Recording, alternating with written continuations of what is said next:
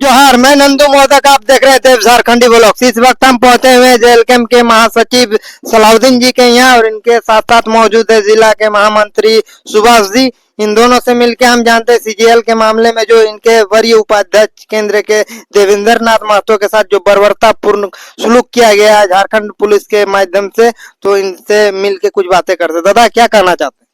सबसे पहले देव बाबू आपको बहुत बहुत जोहार और आपके सारे व्यूअर्स को भी खतियानी जोहार। देखिए, मैं सबसे पहले इस लाठीचार्ज का घोर निंदा करता हूं हमारे पार्टी की ओर से।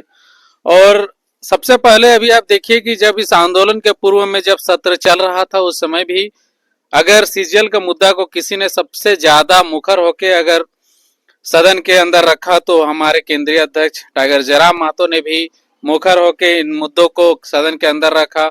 फिर भी ये जो नींद में सोई हुई सरकार है, जब इनको इसमें हम लोगों को नहीं संतोषजनक बात हम लोग को लगा या फिर इस पे किसी तरह का मामला आगे नहीं बढ़ा, तो कल जाके मजबूरन पूर्व से निर्धारित समय के अनुसार हमारे केंद्रीय उपाध्यक्ष और सिल्ली के हमारे प्रत्याशी रहे देवेंद्र दा के नेतृत्व में छात्रों ने पुरजोर संघर्ष किया। इस मामले को कैसे जो अभी तक जो धांधली हुआ है जेएससी सीजीएल में, इसको कैसे परीक्षा को निरस्त किया जाए। तो दादा, एक मिनट। जैसे मैं कहना चाहूंगा कि छात्र कहीं भी आंदोलन करते हैं या छात्र नेता आंदोलन करते हैं तो इस पर सरकार को एक आवेदन दिया जाता है, प्रशासन को। तो वो आवेदन देने के बाद प्रशासन को जानकारी होता है कि अगला छात्र नेता या जो भी छात्र वहाँ आंदोलन करेंगे। तो ये आवेदन आप लोगों के पार्टी के माध्यम से दिया गया था? देखिए, आप तो पहले देखे कि ये जो हम लोग का जो देवेंद्र दा के तरफ से या फिर हमारे पार्टी के तरफ से जो कल निर्धारित समय था ये प्रोटेस्ट का, इससे पूर्व में सारा आवेदन दिया जा चुका था और उनके आलोक में सरकार का देखिए कितना बड़ा ये है। एक मिनट, आवेदन देने के बाद प्रशासन को तो मालूम था कि देवेंद्र नाथ महतो जी हाँ वो सिल्ली के प्रत्याशी रह चुके हैं, लोकसभा में 1.5 लाख समथिंग लमसम कुछ वोट लाया था और विधानसभा में 50,000 लमसम वोट लाया था। तो वो तो साधारण इंसान थे नहीं। तो सरकार को मालूम होने के बाद भी, प्रशासन के जानकारी में रहने के बाद भी इस तरह से उनके साथ जो सुलूक किया गया, कहीं ना कहीं सरकार उनको एडिटिंग करा सकती थी, हाउस अरेस्ट करा सकती थी, उनको एक जगह रोक के बाइज्जत ले जा सकती थी। इस तरह का सुलूक जो टांग खींच के मारपीट किया गया, इस पर क्या करना? देखिए, यही तो सबसे बड़ी निंदनीय विषय है कि आज अगर एक सम्मानित व्यक्ति, हमारे पार्टी के सम्मानित केंद्रीय उपाध्यक्ष के साथ साथ जिन्होंने एक दो चुनाव लड़ा, लोकसभा का चुनाव लड़ा, विधानसभा का चुनाव लड़ा और एक अच्छा वोट रेशियो के साथ चुनाव में अच्छा परसेंटेज लाने के बावजूद अगर इस तरह के लोगों के साथ, ऐसे सम्मानित व्यक्ति के साथ अगर सरकार के बोले या सरकार का ही है, जब प्रशासन है तो सरकार के इशारे पर जो काम कर रही है, तो कहीं ना कहीं ये हम लोगों के या हमारे पार्टी के तरफ से जो आंदोलन किया जा रहा था इसको दबाने का काम किया गया है और एक तरह से हमारे आवाज को दबाने का कोशिश किया जा रहा है। लेकिन ये प्रशासन और शासन दोनों को समझना चाहिए कि जेल कैंप का उदय ही विरोध से हुआ है, आंदोलन से हुआ है। और अगर वो हमारे एक नेता को अगर अरेस्ट करके वो चाहते हैं कि इस मुद्दा को दबा दिया जाए तो ये कतई होने वाला नहीं है। इस आज हमारे केंद्रीय अध्यक्ष का भी वीडियो आया हुआ है कि अगर इस मामले को जल्द से जल्द अगर नहीं निपटाया जाता है और हमारे केंद्रीय उपाध्यक्ष को अगर बाइज्जत रिहा नहीं किया जाता है तो हम लोग जेल भरो आंदोलन को भी आगे का प्रोग्राम करने का तैयारी चल रहा है। सुभाष जी, आप क्या कहना चाहते हैं इस मुद्दे पे? इसमें तो यही कहना चाहते हैं कि देखिए, जब जो चीज नियम है, नियम के आधार पर करना चाहिए। लेकिन ये जो मारपीट किया है ना, तो ये हमको सारा निंदनीय वाला बात है। इस पर आप लोग क्या आपके सुप्रीमो का जो आदेश है उस पर आप लोग डटे रहेंगे या कुछ जिला में अलग करना चाहते हैं? देखिए, जब हम लोग तो अभी फिलहाल अभी सुप्रीमो का इंतजार कर रहे हैं। जब तक बिना आदेश नहीं होगा तब तक हम लोग अभी कुछ नहीं कर पाएंगे। अभी आदेश जैसे आएगा वैसे हम लोग फिर तहलका मचा देंगे पूरा जिला में। सलाउद्दीन जी, कहीं ना कहीं सरकार जो ये बर्बरतापूर्ण प्रशासन को आदेश दिया और देवेंद्र नाथ महतो जी के साथ ये सुलूक हुआ, सरकार के दिमाग में कहीं होगा कि इस तरह का घटना से 2-3 दिन सड़क में माने माहौल गर्म होगा, उसके बाद शांत हो जाएगा। तो क्या जेल कैंप इस चीज से डरेगा या आगे का कार्रवाई करेगा? देखिए देवदा, आप आज नया हम लोग के साथ नहीं है या इंटरव्यू नहीं ले रहे हैं, इससे पहले बहुत से मुद्दे आए, जब तक तोड़ेंगे नहीं तब तक छोड़ेंगे नहीं। ये मामला जेएलकेएम के सभी साथी जानते हैं। जब तक इस मुद्दा को जो हम लोग उठाएं, जब तक इसको आगाज किए हैं अंजाम तक नहीं पहुंचा देते हैं, तब तक रुकने वाले नहीं है। अभी हम लोग जगह जगह पे छोटे छोटे विरोध निंदा कर रहे हैं, विरोध कर रहे हैं, लेकिन अगर सरकार बैकफुट पर नहीं आती है, जैसे अभी हम लोग को कुछ देर पहले ही मामला का संज्ञान में आया कि इसको शायद हाईकोर्ट ने अभी अगले आदेश तक रोक लगा दिया है, तो अभी देखा जाए कि हमारे केंद्रीय नेतृत्व क्या हम लोगों का दिशा निर्देश देते हैं।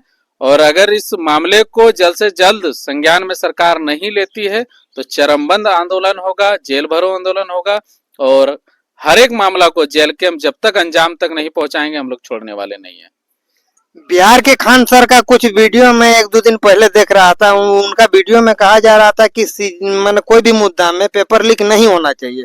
मैं खान सर अपने मुख से बोल रहे थे कि मैंने भी 1 लाख छात्रों का एग्जाम लिया, लेकिन मजाल है कि पेपर लीक हो जाए, ऐसा हो ही नहीं सकता। और अगर ऐसा होता है तो उस पर कार्रवाई किया जाए, उन पर बहुत सारे टेस्ट किए जाए और उनको गोली मार के उड़ा दिया जाए। बहुत सारे बात खान सर जी अपने मुंह से कह रहे थे, लेकिन जस्ट उसी के बगल में झारखंड आता है। झारखंड में लगातार ये पेपर लीक के मुद्दा क्यों आता है? छात्रों का साथ ऐसा नाइंसाफी क्यों होता है?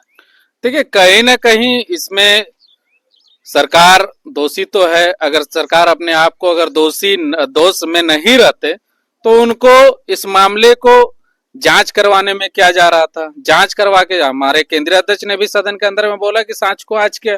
अगर मामला अगर था कि अगर नहीं हम लोग निष्पक्ष हैं, सरकार इस पे अगर निष्पक्ष था तो उसको जांच करवाने में क्या है? जांच करवा के देख लेता। लेकिन कहीं ना कहीं कुछ तो किंतु परंतु है, जिस कारण से सरकार भी बैकफुट में जा रही है, वो जांच करवाना नहीं चाहती है। जांच के विषय में मैं बोलना चाहूंगा सलाउद्दीन जी के पेपर में 2-4 दिन पहले मैंने देखा कि आया हुआ था कि सीआईडी जांच होगा।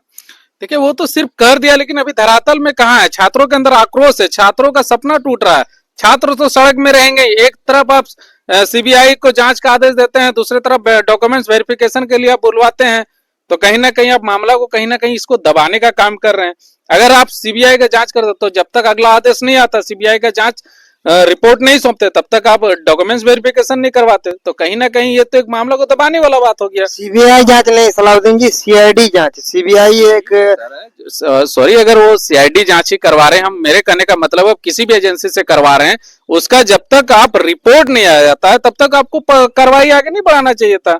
तब तक एक तरफ आप सीआईडी को जांच का आदेश दिए हैं, दूसरा तरफ आप डॉक्यूमेंट वेरिफिकेशन के लिए बुलवा रहे हैं, तो ये मामला कहाँ है? इसी तरह से छात्रों का सपना टूट रहा है।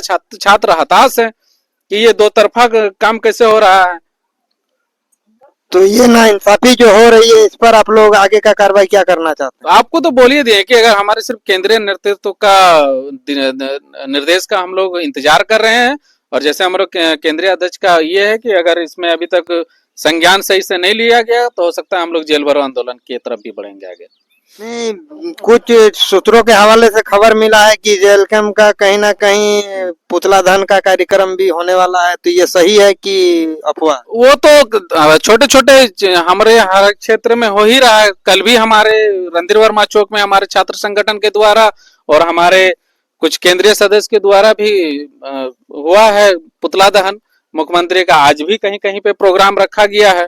तो ऐसे ऐसे एक चरमबंद आंदोलन का जिस तरह का बात हो, वो हमारे ऊपर से जब जैसे दिशा निर्देश आता है उस तरह हम लोग फिर आगे का कार्रवाई करेंगे, चाहे वो जेल भरो आंदोलन हो, पुतला दहन का कार्यक्रम हो, जो भी कार्यक्रम होगा आपको सूचित कर दिया जाएगा। देवेंद्र दा के साथ जो बर्बरतापूर्ण का हालात आए, इस पर यदि आप लोग जेल भरो आंदोलन में जाते हैं या पुतला दहन में जाते हैं, ऐसा तो आप लोग के साथ भी हो सकता है। देखिए, अंजाम का परवाह हम लोग नहीं करते हैं। जेएलकेएम के साथी आंदोलन से ही उपजे हुए हैं, हमारी पार्टी का उपज ही आंदोलन से हुआ है। हम लोगों ने बहुत लाठियां खाई हैं, जेल गए हैं। ऐसी छोटी मोटी बातों से ना हमारे साथी डरने वाले हैं, ना कोई हताश होंगे। हम लोग अंजाम का परवाह नहीं करते हैं। अगर हमारे साथ गलत हो रहा है, हमारे छात्रों के साथ, हमारे भविष्य के साथ खिलवाड़ होगा, तो हमारे कोई साथी चैन से नहीं सोएंगे। और ना ही सरकार के पास लाठी है, कितना जेल है, वो भी देखा जाए कि सरकार कितना लाठी चलाती है हमारे ऊपर में और कितना जेल है, फिर वो भरने के लिए सरकार तैयार है। हम लोग अंजाम का परवाह नहीं करते। यानी प्रशासन लाठियां बरसाएंगे, आप लोग खाने के लिए तैयार हैं। एकदम एकदम बेधड़क, अगर उसमें दम है तो वो लाठियां कितना है उनके पास और कितना प्रशासन है, जब अगर हम लोग रोड में निकल गए तो सर में कफन बांध के निकलेंगे, और कितना लाठी और कितना प्रशासन वो भी बुला ले। अगर छात्रों में दम है, छात्रों में अगर लगता है कि उनके सपनों में दम है, तो छात्र आंदोलन करेंगे और अपने हिस्सा लेके रहेंगे। जेएलकेम के महासचिव सलाउद्दीन जी हमारे साथ जुड़े हुए थे और जेएलकेम के महामंत्री सुभाष जी जुड़े हुए थे। सलाउद्दीन जी का कहना है, अगर छात्र के साथ जिस तरह से बर्बरतापूर्ण सलूक हुआ और ऐसा अगर जिला के कोई भी जेएलकेम कार्यकर्ताओं के साथ होता है तो इन लोग लाठी खाने के लिए तैयार है। प्रशासन लाठियां तैयार रखें, जेएलकेम के कार्यकर्ता नहीं डरे थे, नहीं डरेंगे। नमस्कार, जोहार, मैं नंदू मोदक, आप देख रहे थे देव झारखंडी ब्लॉग। देखते रहिए, धन्यवाद।